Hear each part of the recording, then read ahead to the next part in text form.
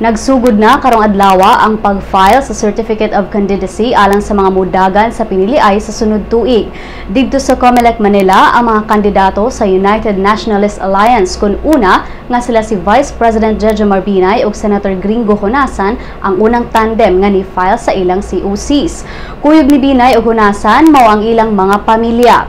Si kanhi Iloilo Congressman Buboy Sejuco ang labing unang presidential candidate nga ni-file sa iyang COC kaganinang alas 8 sa buntag.